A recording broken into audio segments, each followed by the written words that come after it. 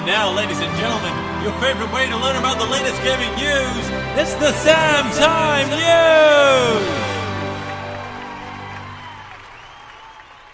And it's game time. Hello and welcome to the SAMTIME News, where you get the latest and greatest news on video games. I'm your host, Sam Tucker, aka SAMTIME. It's nice to see you, but it's nicer to see me. Let's get into some stories. Big news this week, the R18 legislation has passed Parliament. This means that video games will soon be able to be rated R18. Before, they were only able to go up to MA15+. Now, the argument against the R18 rating for all this time was, oh no, the kids, they're going to get the R18 rating, they can't handle it. But listen, there's R18 movies, and the kids don't get those R18 movies unless they have ID. There's R18 things everywhere, and the kids can't get their hands on that. So it doesn't make sense that you can argue that R18 is bad for video games. So now, more mature people, adults and stuff who can handle this kind of content will be able to play these more sexy, violent, blood and gut games, which is very nice. So there were games that were banned previously in Australia for not making it, they were too gory in that to make it into our MA15 rating. So then they weren't allowed because we don't have an R18 rating. But now we're up with the rest of the world, with the rest of most of the world anyway, like America, who have an R18 rating. Yeah, okay, they're probably not the best example if you're going to say that R18 rating is pretty good, because America, they're pretty screwed up. I think it's something like they make up 80% of the prison population or some crazy figure like that, even though they make up only 20% of the world population. But anyway, someone please think of a better example for me to justify the R18 rating being a good thing.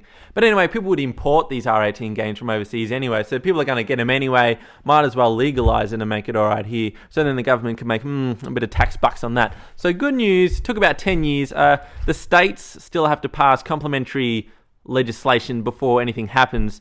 But hopefully by the start of next year, we'll start to get some R18 video games, which will be sweet, nice, sweet, and nice, sweet.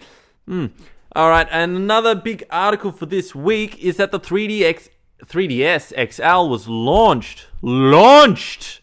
It's just like the Nintendo 3D, but it's extra large. And isn't that a great marketing idea by Nintendo? Hey, we got the 3D... It's a 3DS? Yeah, it is a 3DS. So we've got the Nintendo 3DS. I know, it's not selling that well. Let's lower the price. It's still not selling that well. I know. Let's make it bigger. Yes, let's make it bigger. That'll solve everyone's problem. Who's buying a Nintendo 3DS anyway? And if you're going to buy a 3DS, why would you buy the more expensive, bigger one? Which is just doesn't make any sense why you'd have that at all. Hello, people. Get some brains in you. Anyway, it's got some dates here and some prices. For Australia, it'll be $249.95, and it will be coming out August 23rd, which is pretty alright. It's a little after the rest of the world, but hey, we're pretty used to that here in Australia.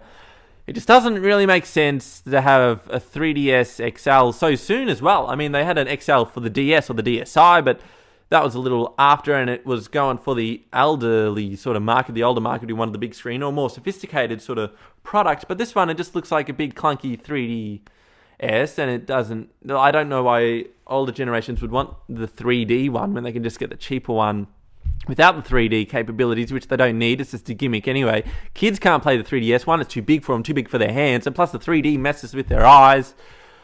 And it doesn't even have a second joysticky thing. It just has the single joystick on the left side, which is ridiculous because every game which is good has two joysticks on most games anyway.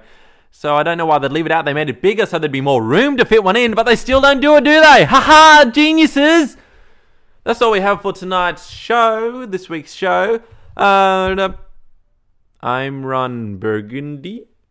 Shout out to Stix Maribo for that one. If you have a comment of the week, please leave it in the comments and it may be read out next week and you could get a shout out as well. By the way, Johnny Connery, I don't know who you are, but I love you.